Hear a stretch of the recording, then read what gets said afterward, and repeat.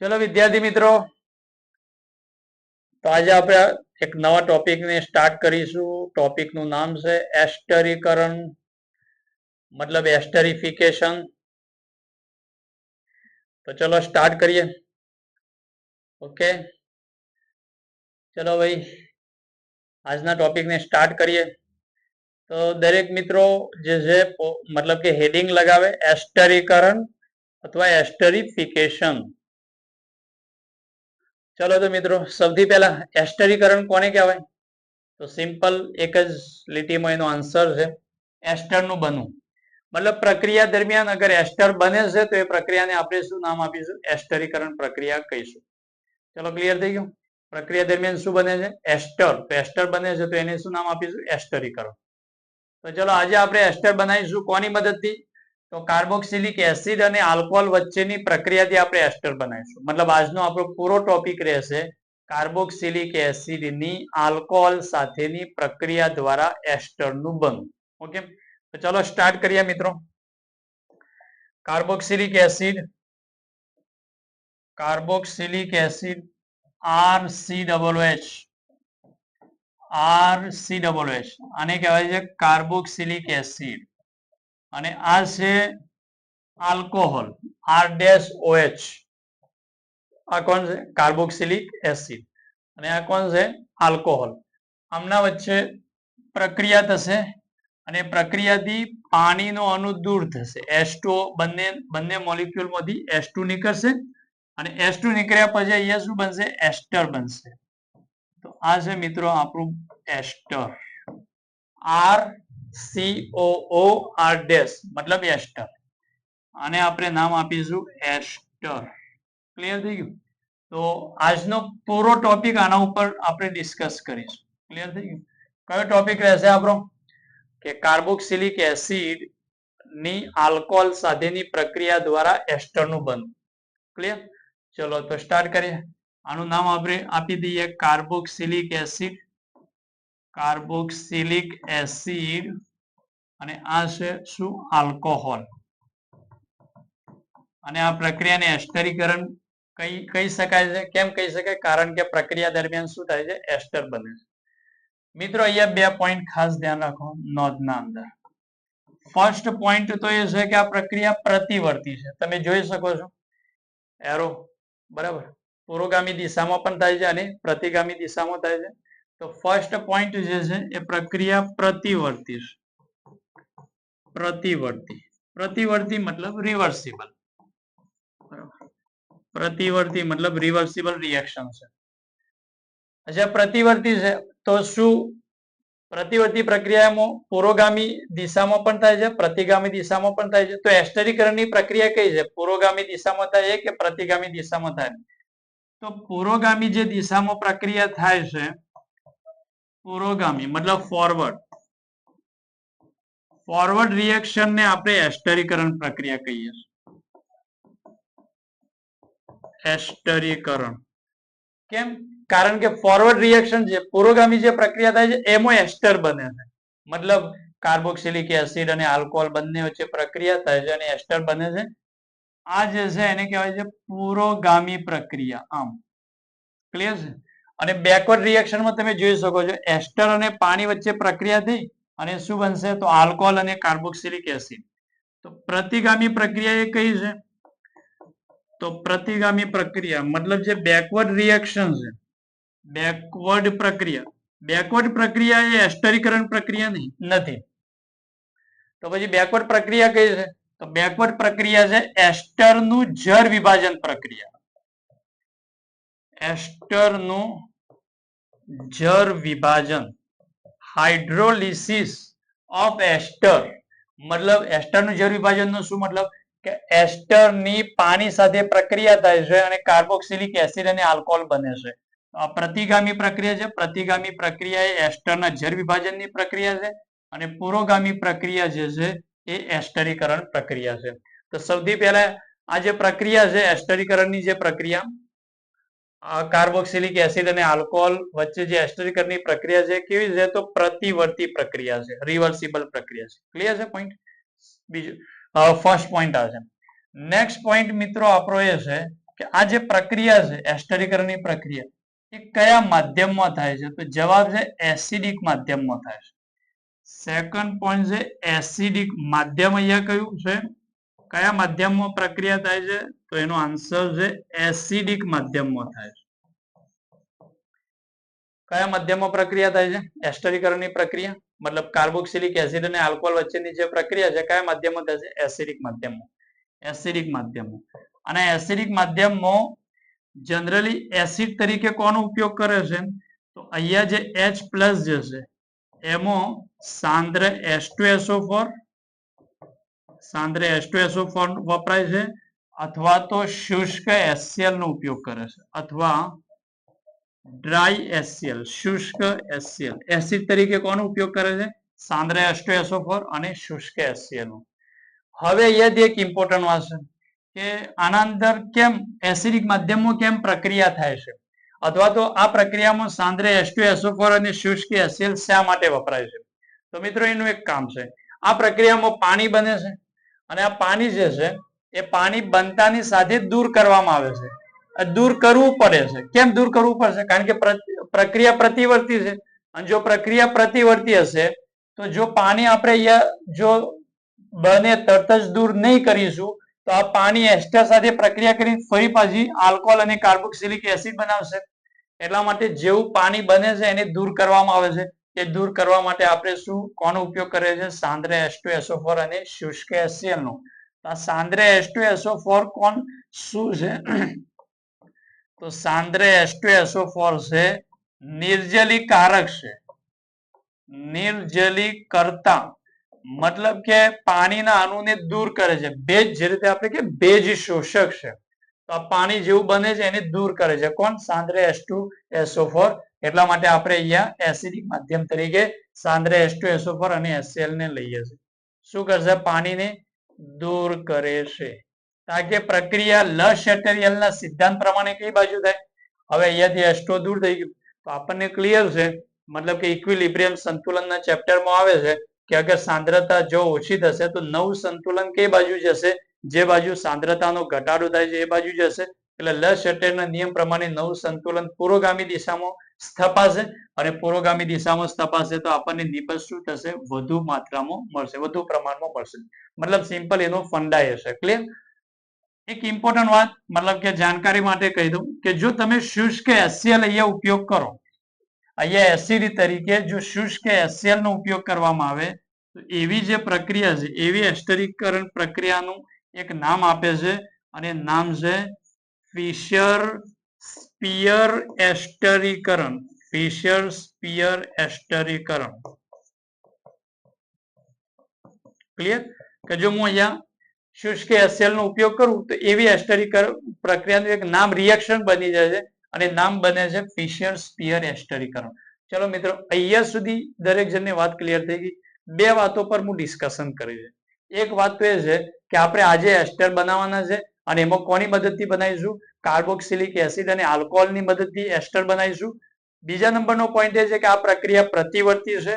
પ્રતિવર્તી પ્રક્રિયામાં જે backward forward reaction છે એને જ એસ્ટરીકરણ કહેવાય છે. બેકવર્ડ રિએક્શન જે છે એને તો એસ્ટરનું જળ વિભાજન પ્રક્રિયા કહેવામાં આવે છે. ક્લિયર છે?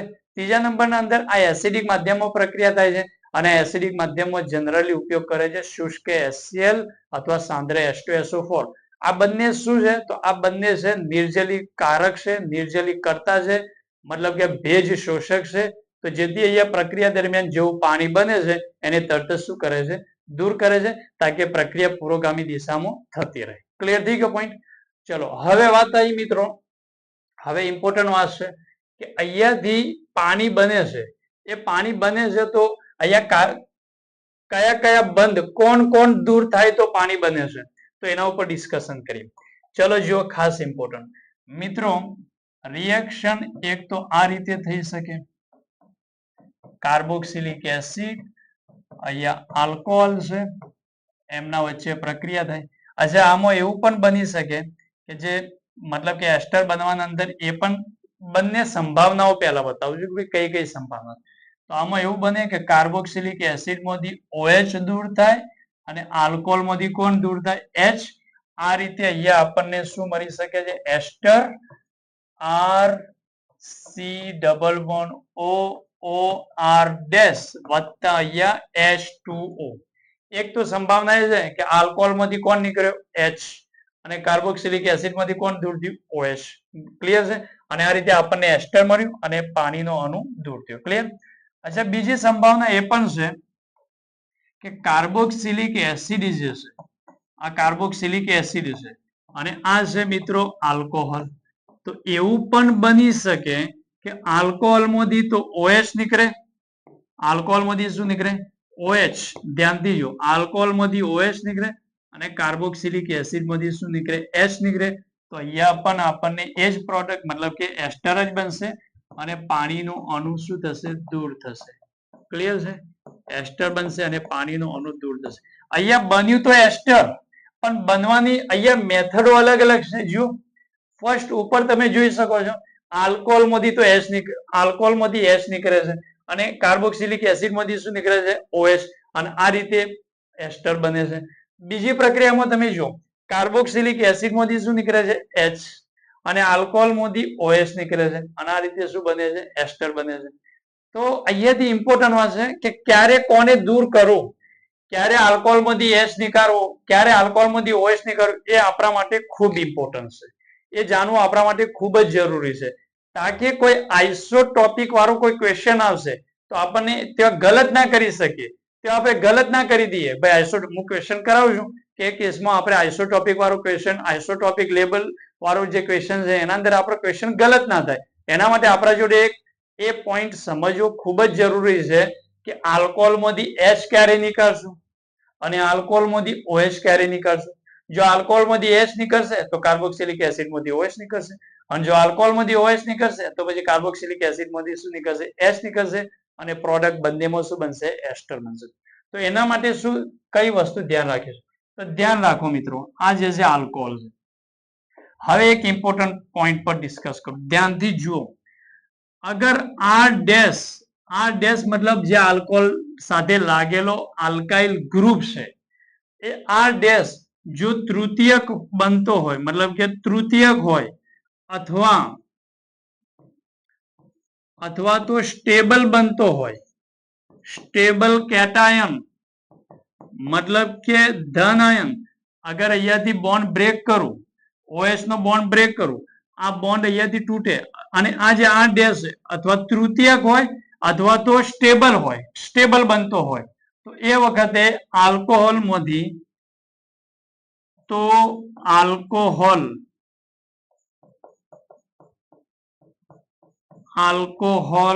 માંથી OH ને દૂર કરવું.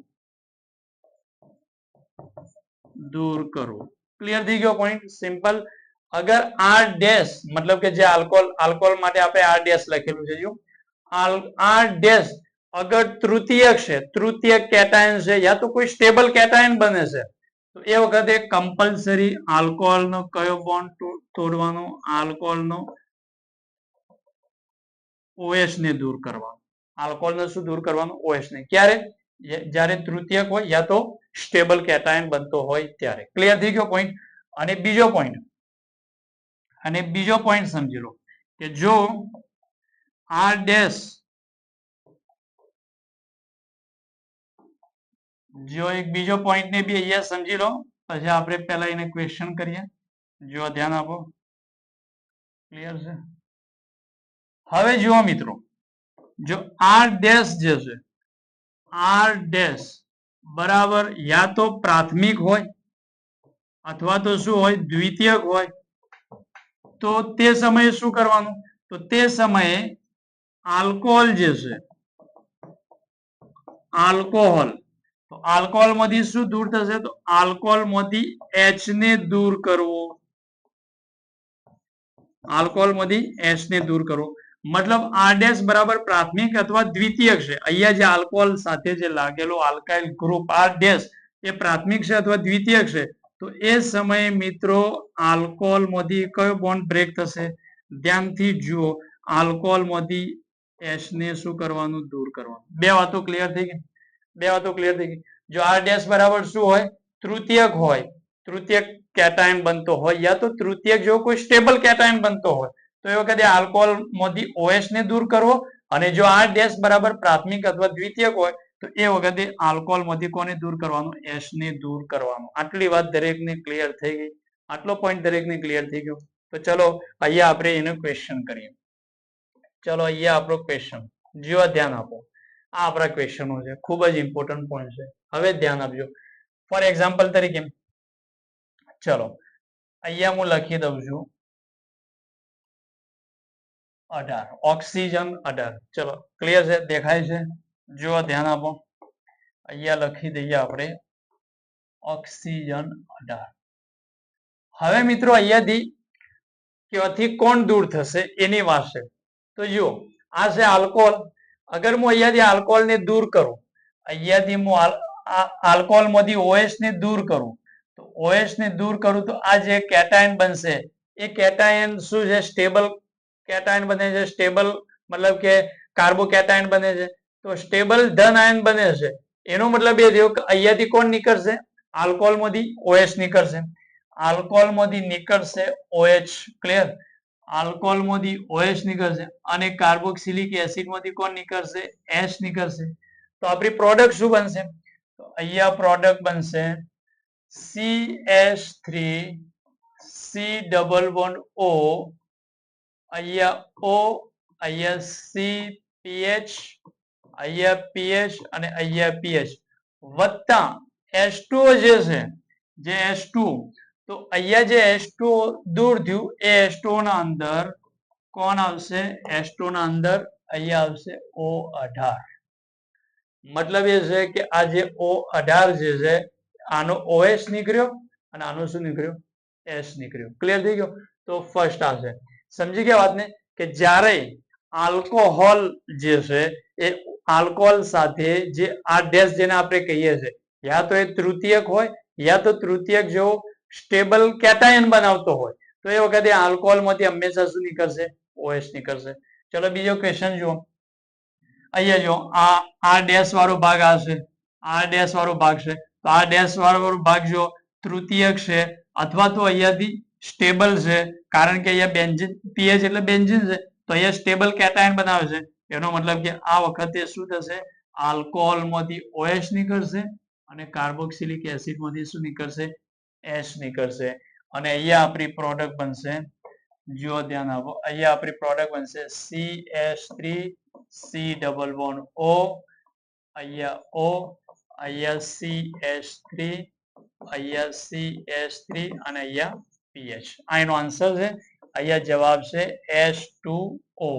ક્લિયર થઈ ગયો પોઈન્ટ? ચલો હવે અહીંયા આવો. તો અહીંયા આલ્કોહોલમાં R કયો છે? પ્રાથમિક પ્રકારનું છે. તો આપણે બીજો પોઈન્ટ લખાયો કે જો R ડેશ બરાબર પ્રાથમિક અથવા દ્વિતીયક હોય તો આલ્કોહોલ માંથી શું દૂર થશે? H દૂર થશે અને કાર્બોક્સિલિક એસિડ માંથી શું દૂર થશે? OH દૂર થશે. મિત્રો બને છે એસ્ટર. વાત એ નહીં કે એસ્ટર બને, એસ્ટર તો બને છે. આ ઇમ્પોર્ટન્ટ પોઈન્ટ છે, આપણને ખબર હોવી જોઈએ કે ક્યારે આલ્કોહોલ માંથી OH દૂર કરવાનું, ક્યારે આલ્કોહોલ માંથી H દૂર કરવાનું. એટલે પોઈન્ટ ખાસ. બાકી બને તો એસ્ટર જ છે, પણ અહીંયા આપણને ક્વેશ્ચન મતલબ કે આઇસોટોપ વાળો આપી દેશે, તો પછી એ વખત આપણો ક્વેશ્ચન ગલત ના થઈ જાય. ક્લિયર છે? તો ચલો અહીંયાથી OH, તો આન્સર શું બનશે? તો અહીંયાથી આન્સર આવશે, અહીંયા છે બેન્ઝીન, આ બની ગયું એસ્ટર. ક્લિયર છે? પ્લસ અહીંયાથી શું દૂર થયું? H2O. ચલો અહીંયા મિત્રો શું થશે? તો જો અહીંયા આલ્કોહોલ, તો R કયો છે? પ્રાથમિક છે. તો પ્રાથમિક છે તો ક્યાંથી કોને દૂર કરશો? તો આન્સર છે આલ્કોહોલ માંથી H નીકળશે અને કાર્બોક્સિલિક એસિડ માંથી OH નીકળશે. તો અહીંયા બનવા વાળી प्रोडक्ट, बनने वाली प्रोडक्ट, तो बनने वाली प्रोडक्ट ये है. ओके, आ છે બનવા વાળી પ્રોડક્ટ. એન્ડ 5મા નંબરનો ક્વેશ્ચન. ચલો આમાં વિચારો ક્યાંથી આલ્કોહોલ માંથી H નીકળશે કે OH નીકળશે?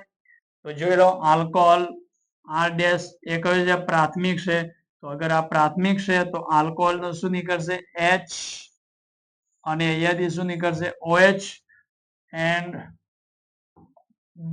बनने वाली प्रोडक्ट हमारी ये रहेगी. क्लियर? एंड बनने वाली product C double one O અહીંયા OCH2 CH3 વત્તા H2O એસ્ટર બન્યું. ક્લિયર છે? ક્યારે ક્યાંથી શું નીકાળવાનું છે પોઈન્ટ ક્લિયર થઈ ગયો. હવે અહીંયા મારો એક ક્વેશ્ચન છે અને ક્વેશ્ચન એ છે કે ફોર એક્ઝામ્પલ તરીકે અહીંયા આપણને આપી દીધું CH3 CH2 C double bond OH clear અને અહીંયા આપણને આપી દીધું OH અહીંયા CH ક્લિયર અહીંયા CH3 અહીંયા CH3 ક્લિયર અને અહીંયા આઇસોટોપ મૂકી દીધો. અહીંયા ઓક્સિજન નો મતલબ કે એક ઓક્સિજન નો સમસ્થાનિક આપણે અહીંયા લખી દઈએ. અહીંયા ઓક્સિજન નો સમસ્થાનિક લખી દઈએ O18 ક્લિયર છે. હવે આનું આપણે મતલબ કે એસિડિક માધ્યમમાં એની પ્રક્રિયા કરાવીએ તો બે આન્સર અહીંયા હું લખું છું. એમાં કરેક્ટ આન્સર કયો છે? એક ઓપ્શન તો એ છે કે CH3 અહીંયા CH2 C double bond O અહીંયા O18 ક્લિયર પછી અહીંયા આવશે CH અહીંયા CH3 CH3 એક તો ઓપ્શન આ છે અને બીજું ઓપ્શન છે કે CH3 અહીંયા CH2 C double bond O અહીંયા CH અહીંયા CH3 અહીંયા CH3 તો આ બંનેમાંથી આ છે આપણો ક્વેશ્ચન છે એસ્ટરીકરણનો ક્વેશ્ચન છે. આપણને આ બંને આપી દીધા છે કાર્બોક્સિલિક એસિડ અને આલ્કોહોલ આપેલા છે એસિડિક માધ્યમની પ્રક્રિયા કરે અને બે ઓપ્શન આપેલા છે. આપણને પૂછે છે કે આમાંથી કરેક્ટ આન્સર કયો છે. મિત્રો ક્વેશ્ચન સમજ્યા? એવું નહીં કે એસ્ટર નહીં બનતું, બંનેમાં એસ્ટર બને છે પણ હવે કરેક્ટ આન્સર કયો છે. ચલો તો હવે એ વખતે આપણને પેલી જે આપણે ટોપિકને સમજાવ્યો એ આપણા માટે ખૂબ મદદરૂપ થશે. શું કરીશું? આપણી નજર રહેશે આલ્કોહોલ પર. આ આલ્કોહોલનો R- વાળો ભાગ છે. કયા પ્રકારનો છે? તો R- વાળો ભાગ છે દ્વિતીયક. જોઈ લો કાર્બન બીજા બે કાર્બન સાથે કનેક્ટ થશે. કયો છે? દ્વિતીયક છે. જો R- બરાબર પ્રાથમિક અથવા દ્વિતીયક હોય તો આલ્કોહોલમાંથી શું નીકળશે? આલ્કોહોલમાંથી H નીકળશે અને કાર્બોક્સિલિક એસિડમાંથી OH નીકળશે. મતલબ એ થશે કે અહીંયાથી મતલબ આપણો એ છે કે આલ્કોહોલમાંથી આલ્કોહોલ જે છે એમાંથી નીકળશે H. આલ્કોહોલમાંથી શું નીકળશે? ધ્યાન રાખો, આલ્કોહોલમાંથી નીકળશે H ક્લિયર અને કાર્બોક્સિલિક એસિડ જે છે એમાંથી શું નીકળશે? OH. તો બનવા વાળો એસ્ટર H2O O18 તો પાણી સાથે આવી જશે તો બનવા વાળો એસ્ટર કયો બનશે? CH3 CH2 C double bond O CH2 મતલબ કરેક્ટ જવાબ આવશે. આ જવાબ કરેક્ટ નથી. તો મારી વાતને તમે સમજ્યા છો? મતલબ કે કયો પોઈન્ટ આપણે ડિસ્કસ કરીએ છીએ ખૂબ ઇમ્પોર્ટન્ટ છે. એવું નહીં કે દર વખતે આલ્કોહોલમાંથી H જ નીકળે છે. આપણે જોવું પડશે કે આલ્કોહોલ સાથે જે લાગેલો R- વાળો પાર્ટ છે અગર તૃતીયક છે યા તો એના જેવો સ્ટેબલ બને છે તો પછી કમ્પલસરી આલ્કોહોલમાંથી OH નીકળશે. ચલો મિત્રો ક્લિયર થઈ ગયો પોઈન્ટ? આ એક આપણે ઇમ્પોર્ટન્ટ પોઈન્ટ હતો જેને લઈને આપણે ડિસ્કસ કરી. જો મિત્રો આ આપણા માટે ખાસ ઇમ્પોર્ટન્ટ પોઈન્ટ હતો. ક્યારે ક્યાંથી કોને દૂર કરવું? ક્યારે ક્યાંથી કોને દૂર કરવું? એવું જરૂર નહીં કે દર વખતે આલ્કોહોલમાંથી H નીકળે. એવું પણ બનશે કે આલ્કોહોલમાંથી OH નીકળશે અને અહીંયાથી શું નીકળશે? H નીકળશે. ક્લિયર થઈ ગયો પોઈન્ટ? ચલો તો એક હજુ મતલબ કે ક્વેશ્ચન કરી લઈએ. આ ટાઈપનો એક ક્વેશ્ચન હજુ પણ આપણે કરી લઈએ. જો મિત્રો ફોર એક્ઝામ્પલ તરીકે અહીંયા આપી દીધું CH3 અહીંયા C ડબલ બોન્ડ OH એક આપી દીધું. અહીંયા આપણને આલ્કોહોલ આપી દીધો અને આ આલ્કોહોલ આપી દીધો CH3 અહીંયા બેન્ઝીન લગાવી દીધું. ક્લિયર છે? અહીંયા પણ શું લગાવી દીધું? બેન્ઝીન. ઓકે, આની પ્રક્રિયા આપણે કરાવી એસિડિક માધ્યમમાં અને અહીંયા આ વખતે આપણે અહીંયા મૂકી દઈએ મતલબ કે O18 અહીંયા મૂકી દઈએ. ચલો O18 ઓક્સિજન મતલબ આ શું છે? આઇસોટોપિક છે. આ છે આઇસોટોપિક લેબલિંગ. આઇસોટોપિક લેબલિંગ છે બરાબર. આ બધી આપણને ડિટેક્ટ કરવાની, આનાથી આપણને ડિટેક્ટ થશે કે ક્યાંથી કોણ નીકળ્યો છે બરાબર. તો ચલો તો આનો આન્સર શું લખશો? આનો આન્સર શું લખશો કે અધિક શું નીકળશે? તો મિત્રો આલ્કોહોલ આર ડેશ આ છે આપણો આર ડેશ વાળો ભાગ જે આપણે આગળ ચર્ચા કરી. આર ડેશ વાળો ભાગ કયો છે? તો સ્ટેબલ છે. બે બાજુથી બેન્ઝીન ની સ્ટેબિલિટી મળે છે. ક્લિયર? તો સ્ટેબલ છે મતલબ આલ્કોહોલ માંથી નીકળશે OH અને કાર્બોક્સિલિક એસિડ માંથી શું નીકળશે? H નીકળશે. એન્ડ ફાઇનલ પ્રોડક્ટ આપણી બનશે CH3C+O OH. ફાઇનલ પ્રોડક્ટ આપણી અહીંયા બનશે O. ધેન અહીંયા આવશે C. અહીંયા લખી દઉં CH3. અહીંયા લખી દઈએ આપણે CH3. અહીંયા બેન્ઝીનમાં લખી દઉં PH. અહીંયા પણ શું લખી દઉં PH.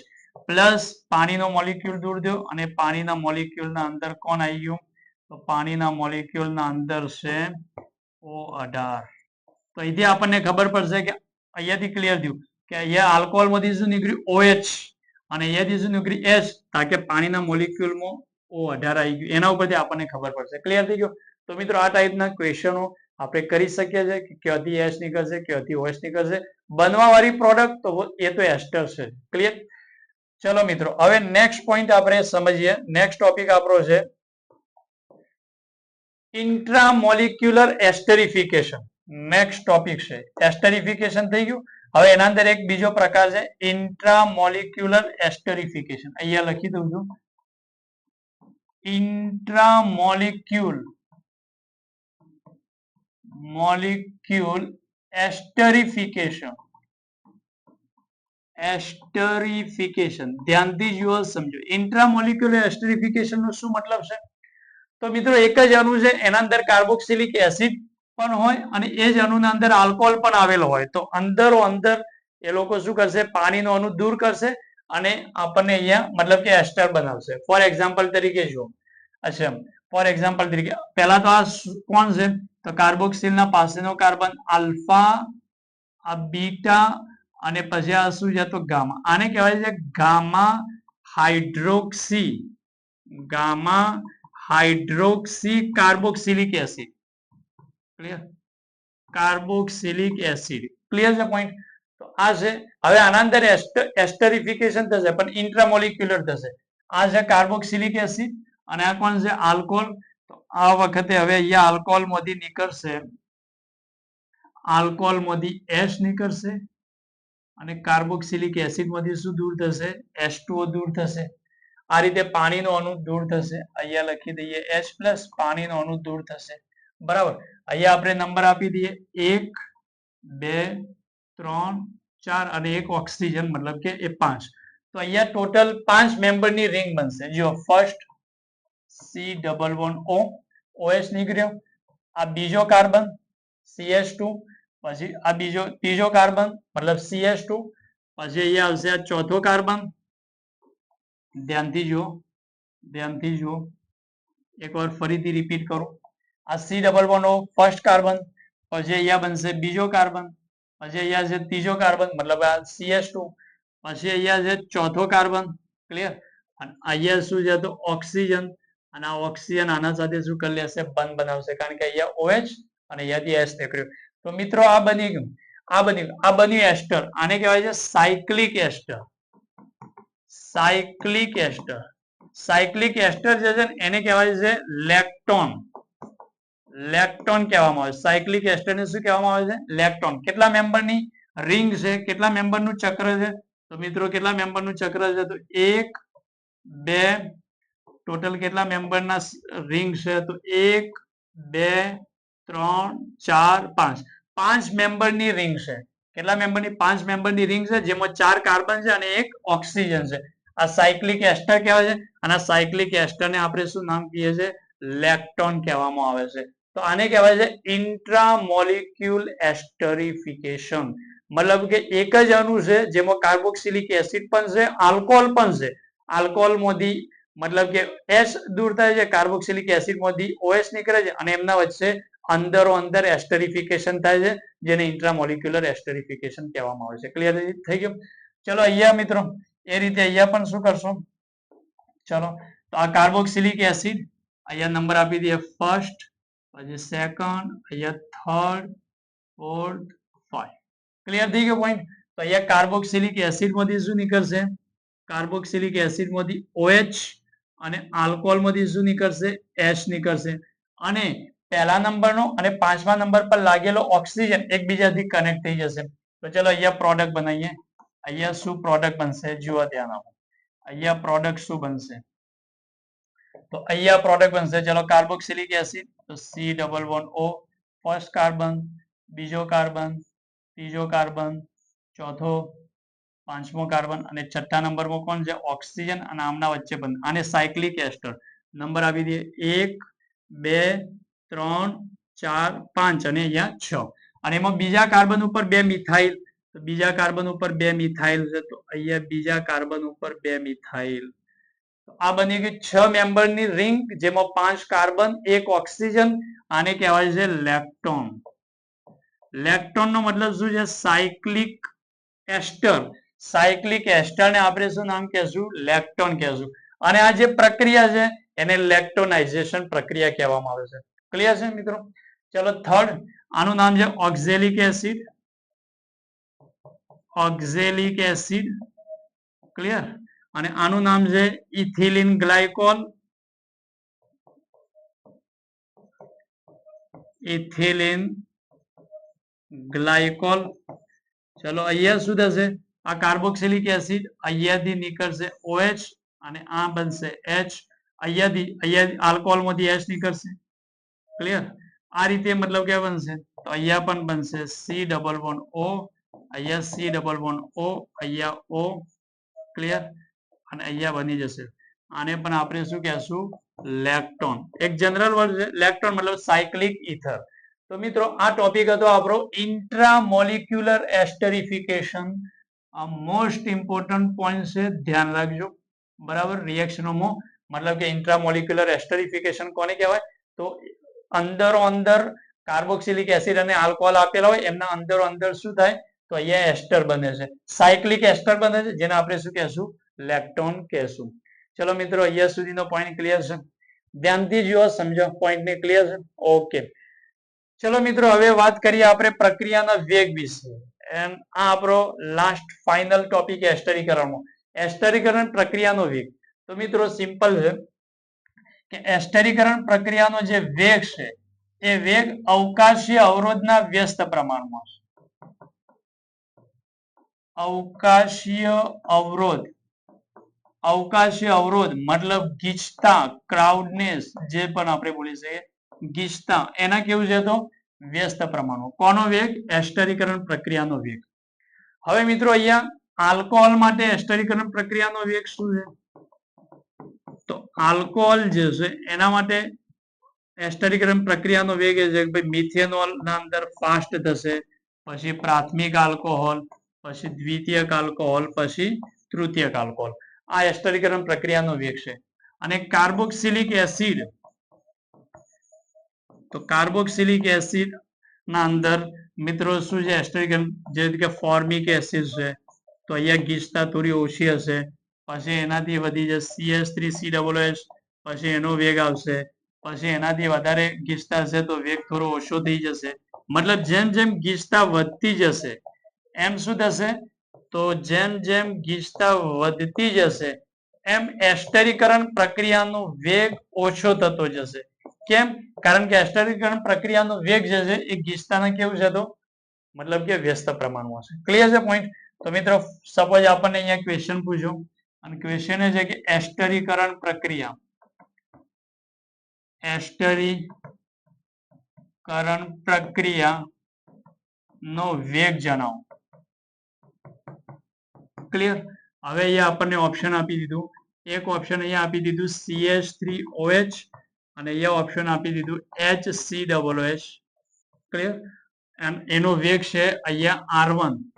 અને બીજું અહીંયા આપણને ઓપ્શન આપી દીધું CH3OH, અને અહીંયા આપણને આપી દીધું CH3CH2COOH, અને આનો વેગ છે R2.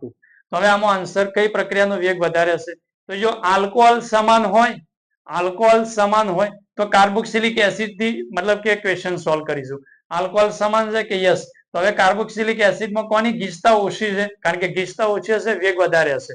અવકાશી અવરોધ ઓછો, વેગ વધારે. તો ફોર્મિક એસિડ ની ગીચતા ઓછી છે, મતલબ એનો આન્સર શું થશે? તો આન્સર થશે R1 નો વેગ વધારે છે કોના કરતો? R2 કરતો. ક્લિયર થઈ ગયું? નેક્સ્ટ પોઈન્ટ, માન લો કે આ ટાઈપે આપણને ક્વેશ્ચન પૂછ્યું કે અહીંયા આપી દીધું CH3 CH2OH, અહીંયા કાર્બોક્સિલિક એસિડ આપ્યો CH3COOH અને એમનો વેગ છે R1. અને બીજો ક્વેશ્ચન અહીંયા CH3OH B અને અહીંયા આપણને આપી દીધું CH3COOH. ક્લિયર? હવે પ્રશ્ન પૂછે કે બોલો આના અંદર એસ્ટરીકરણ પ્રક્રિયાનો વેગનો સાચો જવાબ જણાવો. તો હવે કાર્બોક્સિલિક એસિડ સમાન છે, તો હવે આન્સર કોનાથી કરીશું? આલ્કોહોલ થી કરીશું. હવે આલ્કોહોલ ના અંદર જુઓ તો આલ્કોહોલ ના અંદર મતલબ કે મિથેનોલ જે છે એ મતલબ કે ફાસ્ટ આપશે, કારણ કે તેઓ ગીચતા ઓછી છે, બરાબર, જેના કારણે એનું રિએક્શન ફાસ્ટ થશે. તો અહીંયા આન્સર શું બનશે? R2 નો વેગ વધારે હશે કોના કરતો? R1 કરતો. તો મુદ્દો ક્લિયર થઈ ગયો. એસ્ટરીકરણ પ્રક્રિયાનો વેગ ક્લિયર. તો એસ્ટરીકરણ પ્રક્રિયાનો વેગ એ અવકાશી અવરોધ અથવા તો ગીચતા જે છે, સ્ટેરિક હિન્ડ્રન્સ જેને કહીએ, સ્ટેરિક હિન્ડ્રન્સ જે છે એના વ્યસ્ત પ્રમાણમાં. આલ્કોહોલ માટે એસ્ટરીકરણ પ્રક્રિયાનો વેગ આ રીતે રહેશે. ક્લિયર છે? અને કાર્બોક્સિલિક એસિડ માટે આપણે આ રીતે એનો આન્સર કરીશું. ક્લિયર થઈ ગયો પોઈન્ટ? ચલો મિત્રો, ક્લિયર છે. હવે મિત્રો ઇમ્પોર્ટન્ટ નેક્સ્ટ પોઈન્ટ પર ડિસ્કસ કરું. ફોર એક્ઝામ્પલ તરીકે આપણને અહીંયા આપી દીધું કે અહીંયા આપ્યું OH, ક્લિયર, અને એક OH અહીંયા છે.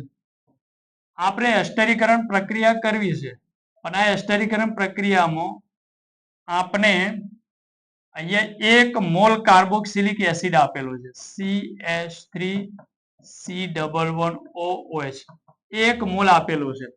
તો અહીંયાથી કોનો એસ નીકળશે?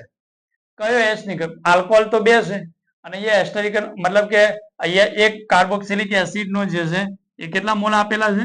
1 મોલ આપેલું છે. કાર્બોક્સિલિક એસિડ નો 1 મોલ છે. તો કાર્બોક્સિલિક એસિડ નો 1 મોલ કયા એસ ને દૂર કરશે? કયા એસ ને દૂર કરશે? તો મિત્રો વિચારો, એસ્ટરીકરણ પ્રક્રિયાના અંદર આલ્કોહોલની સરળતાનો ક્રમ મિથેનોલ ફાસ્ટ કરાવશે, પછી પ્રાથમિક, પછી દ્વિતીયક, પછી તૃતીયક. તો મિત્રો અહીંયા જુઓ કયા પ્રકારનો આલ્કોહોલ છે? આ દ્વિતીયક આલ્કોહોલ છે. જુઓ આલ્કોહોલ કયા પ્રકારનો છે? દ્વિતીયક આલ્કોહોલ. આ કયા પ્રકારનો આલ્કોહોલ છે? પ્રાથમિક. તો બોલો 1 મોલ હશે તો કોના સાથે રિએક્શન ફાસ્ટ થશે? કોના સાથે રિએક્શન કરશે? તો જવાબ છે પ્રાથમિક આલ્કોહોલ સાથે.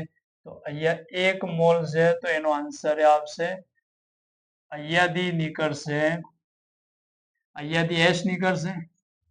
ક્લિયર છે?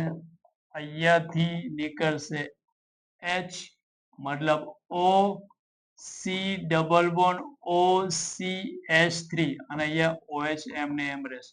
કેમ અહીંયાથી H નીકળ્યો?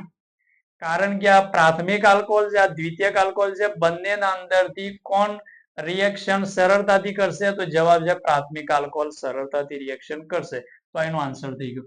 અચ્છા, એની જગ્યા ઉપર અગર અહીંયા એમ કહે કે 2 મોલ આપેલા છે CH3C11OH, તો બંને મતલબ કે બંને આલ્કોહોલ માંથી એસ નીકળશે, અહીંયા કાર્બોક્સિલિક એસિડ માંથી OH નીકળશે, બરાબર, જેથી કે અહીંયાથી OH નીકળશે.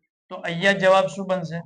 તો અહીંયા બનવા વાળો જવાબ જે છે એ O, અહીંયા C11OCH3, એ રીતે અહીંયા O, અહીંયા C11OCH3. ક્લિયર થઈ ગયો પોઈન્ટ? અગર 1 મોલ છે તો કયા આલ્કોહોલ નો એસ નીકાળવાનું છે? ક્લિયર છે? ઓકે, ચલો મિત્રો, તો પછી આનો આન્સર કરીએ. CH2OH, અહીંયા CHOH, અહીંયા છે CH2OH. અહીંયા આપેલું છે 2 મોલ એસિટિક એસિડ. કેટલા મોલ છે? 2 mall acetic acid. 2 mall acetic acid છે, એનો મતલબ એ છે કે અહીંયા 2 OH જે છે એ 2 OH માંથી H નીકળશે. મતલબ કે હવે ક્યાંથી H નીકળશે, કયા કયા H નીકળશે એ આપણે નક્કી કરવાનું છે. તો જુઓ મિત્રો, આ કયા પ્રકારનો આલ્કોહોલ છે? આ છે પ્રાથમિક. આ કયા પ્રકારનો આલ્કોહોલ છે? આ છે દ્વિતીયક. અને આ કયા પ્રકારનો આલ્કોહોલ છે? આ છે પ્રાથમિક. કારણ કે OH જે કાર્બન સાથે જોડાયેલો છે, કાર્બન બીજા એક કાર્બન સાથે જોડાયેલો છે. તો આ પ્રાથમિક આલ્કોહોલ છે, આ પ્રાથમિક આલ્કોહોલ છે. તો બોલો કયો આલ્કોહોલ કાર્બોક્સિલિક એસિડ સાથે એસ્ટરીકરણ પ્રક્રિયા સરળતાથી કરશે? તો આન્સર છે પ્રાથમિક આલ્કોહોલ. તો મતલબ એ થયો કે એક આલ્કોહોલનો આ એસ નીકળશે અને એક આલ્કોહોલનો આ એસ નીકળશે, કારણ કે આ બંને કેવા છે? પ્રાથમિક છે. તો પછી એનો આન્સર શું લખીશું? તો આન્સર લખીશું CH2. અહીંયાથી એસ નીકળશે કાર્બોક્સિલિક એસિડનો, કાર્બોક્સિલિક એસિડ જે છે એનો OH નીકળશે, કાર્બોક્સિલિક એસિડનો OH, આનો H. ક્લિયર? અહીંયા આન્સર બનશે CH3. યસ, અહીંયા આવશે CH, અહીંયા OH, અહીંયાથી પણ શું થશે? આલ્કોહોલનો H નીકળશે અને કાર્બોક્સિલિક એસિડ જે છે એનો આલ્કોહોલનો H અને કાર્બોક્સિલિક એસિડનો OH નીકળશે, તો બનવા વાળી પ્રોડક્ટ આ બનશે. ક્લિયર છે પોઈન્ટ?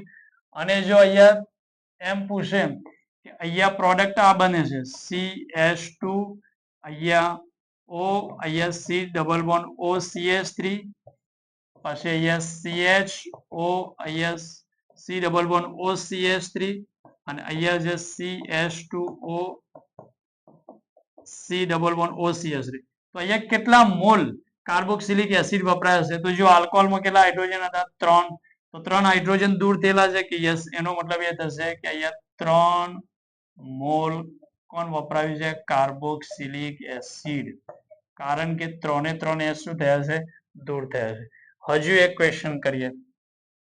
ચલો મિત્રો, હજુ એક ક્વેશ્ચન આપણે કરી લઈએ અને આપણો ક્વેશ્ચન એ છે કે અહીંયા છે OH, અહીંયા છે H, અહીંયા આપણને આપી દીધું CH3 COOH, એસ્ટરીકરણ પ્રક્રિયા કરાવવાની છે.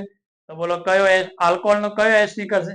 કાર્બોક્સિલિક માંથી તો OH અહીંયાથી નીકળશે, પણ આલ્કોહોલનો કયો એસ નીકળશે? તો જવાબ એ છે કે આ કયા પ્રકારનો આલ્કોહોલ છે? કે આ દ્વિતીયક આલ્કોહોલ છે. આ કયા પ્રકારનો આલ્કોહોલ છે? આ તૃતીયક આલ્કોહોલ છે.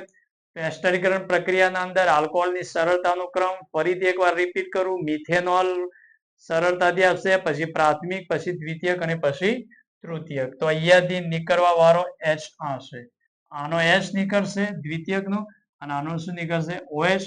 તો અહીંયા આન્સર શું બનશે? તો અહીંયા આન્સર બનશે, અહીંયા બનવા વાળો જવાબ આ બનશે, અહીંયા OH, અહીંયા O શું બનાવશે? એસ્ટર બનાવશે. શું બનાવશે? એસ્ટર. ક્લિયર થઈ ગયો પોઈન્ટ?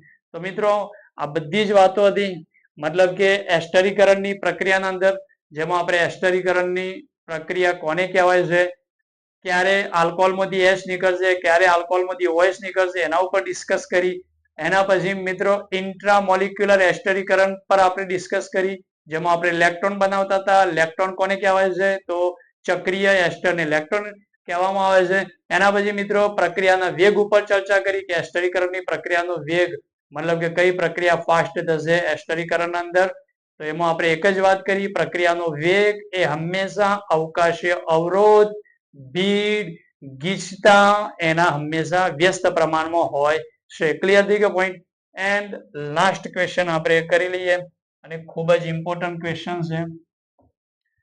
લાસ્ટ ક્વેશ્ચન આપણો એ છે કે અહીંયા છે બેન્ઝીન, અહીંયા છે કાર્બોક્સિલિક એસિડ. ક્લિયર? અહીંયા કોણ છે? Carboxylic acid, carboxylic acid. પછી એક અહીંયા લાગ્યું છે પીએચ, મતલબ બેન્ઝીન લાગ્યું છે, એક પીએચ અહીંયા લાગ્યું છે અને એક પીએચ અહીંયા લાગ્યું છે. ક્લિયર? ફિનાઇલ. એન્ડ ચલો આની પ્રક્રિયા આપણે કરાવવાની છે H+ સાથે. ક્લિયર? તો મિત્રો જુઓ, ધ્યાન આપો. H+ સાથે પ્રક્રિયા કાર્બોક્સિલિક એસિડ છે. કાર્બોક્સિલિક એસિડમાં H+ સાથે જાણે અહીંયા પ્રક્રિયા કરાવીશું. તો ફર્સ્ટ અહીંયાથી શું થશે? તો OH નીકળશે. આપણને ક્લિયર છે કે આપણે અહીંયા શું નીકાળીશું? OH ને દૂર કરીશું. ક્લિયર? તો અહીંયાથી OH દૂર કર્યો એટલે અહીંયા બની ગયો કાર્બોકેટાયન. ક્લિયર થઈ ગયું? એક ઇલેક્ટ્રોફાઇલ જનરેટ કર્યો. બરાબર? અહીંયા કોણ છે કે પીએચ, પીએચ મતલબ અહીંયા બેન્ઝીન ને લખી દઉં. જો ધ્યાન આપો, પીએચ નો મતલબ છે અહીંયા બેન્ઝીન. ધ્યાનથી જો, એક સારો પ્રશ્ન છે, એક સારો ક્વેશ્ચન છે, એક સારો ક્વેશ્ચન છે. બનવા વાળી પ્રોડક્ટ શું છે એના ઉપર ડિસ્કસ કરીએ છીએ. ધ્યાન રાખો. ક્લિયર છે? તો શું થયું? અહીંયાથી નીકળ્યો OH OH જ્યારે બહાર નીકળશે તો આના ઉપર શું આવ્યું પ્લસ આવ્યું. હવે આપણને ખબર છે કે બેન્ઝીન જે છે એ ન્યુક્લિયોફાઇલ છે. બેન્ઝીન કેન્દ્ર અનુરાગી પ્રક્રિયક છે.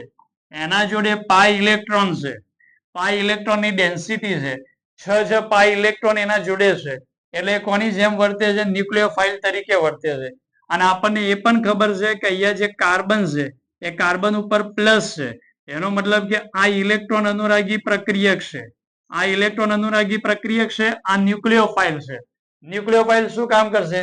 તો બેન્ઝીન જે છે એ પોતાના ઇલેક્ટ્રોન આપશે. કોને આપશે? ઇલેક્ટ્રોફાઇલ ને આપશે. તો અહીંયાથી ધીરે રહી અને અહીંયા ઇલેક્ટ્રોન ટ્રાન્સફર કરશે. અહીંયા ઇલેક્ટ્રોન આપશે. તો અહીંયા ઇલેક્ટ્રોન આપશે તો શું થશે? બનવાવાળી પ્રોડક્ટ જો કઈ પ્રોડક્ટ બને છે એ જો. અહીંયા તો છે જ બેન્ઝીન. ક્લિયર છે? અહીંયા પણ બેન્ઝીન છે. ક્લિયર? હવે જુઓ મિત્રો, હવે ખાસ જુઓ, ખાસ ઇમ્પોર્ટન્ટ વાત, બનવાવાળી પ્રોડક્ટ શું છે? તો આના ઇલેક્ટ્રોન અહીંયા આપશે. તો આના ઇલેક્ટ્રોન અહીંયા આપશે. આ જે કાર્બન છે અહીંયા જ્યારે એના ઇલેક્ટ્રોન અહીંયા આપશે. ઓકે, તો જુઓ બનવાવાળી પ્રોડક્ટ શું બને છે? તો અહીંયા કાર્બન છે. આ કાર્બન સાથે ડબલ બોન્ડ છે. આ શું કરશે? અહીંયા પોતાના ઇલેક્ટ્રોન આપશે. અહીંયા બંધ બનશે. જો આનો બંધ બનશે. ક્લિયર થઈ ગયું? બાકી મતલબ અહીંયા એનો આન્સર આ બનશે. ક્લિયર થઈ ગયું? 1 2 3 4 1 2 3 4. ઓકે, તો બનવાવાળી પ્રોડક્ટ આ છે. આ ન્યુક્લિયોફાઇલ છે. બેન્ઝીન કેન્દ્ર અનુરાગી પ્રક્રિયા. એના જોડે પાઈ ઇલેક્ટ્રોન છે. તો પોતાના પાઈ ઇલેક્ટ્રોન કોને આપશે? ઇલેક્ટ્રોફાઇલ ને આપશે. અને મિત્રો બનવાવાળી પ્રોડક્ટ આપણો જે આન્સર છે એ આન્સર આ બનશે. જોઈ લો, આ બનશે આપણો આન્સર. તો મિત્રો આ ટાઈપથી આનો એક ક્વેશ્ચન છે. ખૂબ ઇમ્પોર્ટન્ટ ક્વેશ્ચન છે. ધ્યાન રાખવાનું છે. ક્લિયર છે? તો અહીંયા સુધી આજે આપણે રાખીશું. અહીંયા સુધી મતલબ કે આપણે એસ્ટરીફિકેશન પર આટલા સુધી ટોપિકને રાખીશું. નેક્સ્ટ આપણે એસાઇલેશન પર ચર્ચા કરીશું, જે એસ્ટરીકરણની જ પ્રક્રિયા છે, જેમાં આપણે એસાઇલ ક્લોરાઇડ છે, એનહાઇડ્રાઇડ છે, એના સાથેની મતલબ કે આલ્કોહોલની પ્રક્રિયાઓ છે એના ઉપર ડિસ્કસ કરીશું. તો ચલો અહીંયા સુધી રાખીશું. All the best. ચલો બાય.